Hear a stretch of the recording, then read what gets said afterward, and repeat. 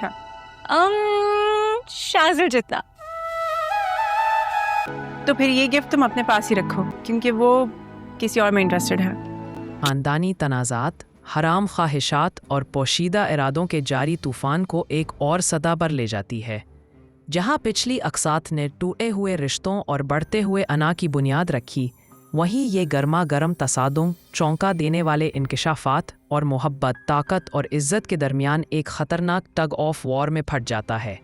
اس episode کی خوبصورتی اس کے پرتوں والے مکالموں میں پنہاں ہے، کبھی شاعرانہ، کبھی زہریلے، اور ہر کردار کو ہمدرد اور خامی دونوں بنانے کی صلاحیت. کوئی بھی مکمل طور پر بے قصور نہیں ہے، پھر بھی کوئی بھی مکمل طور پر مجرم نہیں ہے. لالچ، غلط فہمیاں اور ذاتی ایجنڈا آپس میں ٹکرانے پر خاندان کس طرح اپنے آپ کو پھاڑ دیتے ہیں، اس کی تصویر کشی کرنے میں یہ ایک ماسٹر کلاس ہے. ٹوٹے وعدے اور بکھرے خواب. واقعہ ایک جذباتی نوٹ پر شروع ہوتا ہے جہاں محبت اور وفاداری کے وعدوں پر سوال کیا جاتا ہے. خرام پر اپنے پیارے کی حمایت نہ کرنے کا الزام ہے، جبکہ شہزل کا نام غیر یقینی صورتحال سے بھری گفتگو میں آتا ہے. مکالمے کا تبادلہ اس بات کی عکاسی کرتا ہے کہ اعتماد کتنی جلدی شک میں بدل جاتا ہے. یہ تنازع صرف پیسے کے بارے میں نہیں ہے، یہ انا، نسلی اختیار اور بغاوت کے بارے میں ہے. باپ بیٹے کے درمیان چھریوں کی طرح کاٹے جانے والے مکالمے. باپ کو دھوکا ہوا محسوس ہوتا ہے، بیٹا حقدار محسوس ہوتا ہے. خالہ اپنے بھتیجے کی محبت اور بیٹی کی عزت کے تحفظ کے درمیان پھنسے ہوئے محسوس کرتی ہیں. مکھن چھری کا منظر جہاں خالہ خودکشی کی دھمکی دیتی ہیں، جذبات کی مضحکہ خیزی کو مکمل طور پر گرفت میں لے لیتی ہے، جب غیرت اور گپ شپ منطق کو زیر کرتی ہے.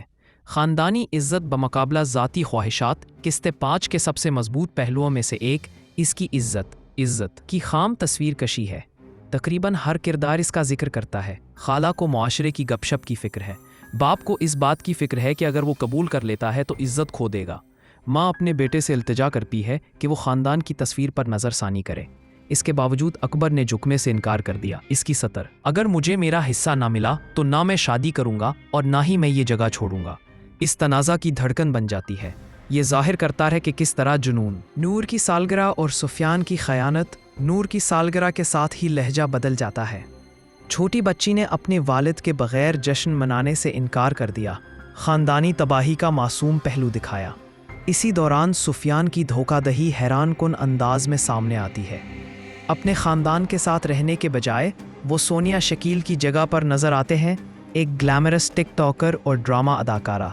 یہ حصہ ایک اہم موڑ ہے. اکبر اور ممتاز. محبت بمقابلہ خاندانی وفاداری. سفیان کے زہریلے پن کے متوازی ہم اکبر کا ممتاز کے ساتھ رومانس دیکھتے ہیں، لیکن میٹھی محبت کی بجائے اب ان کا رشتہ خاندان کے خلاف ہتھیار بن جاتا ہے.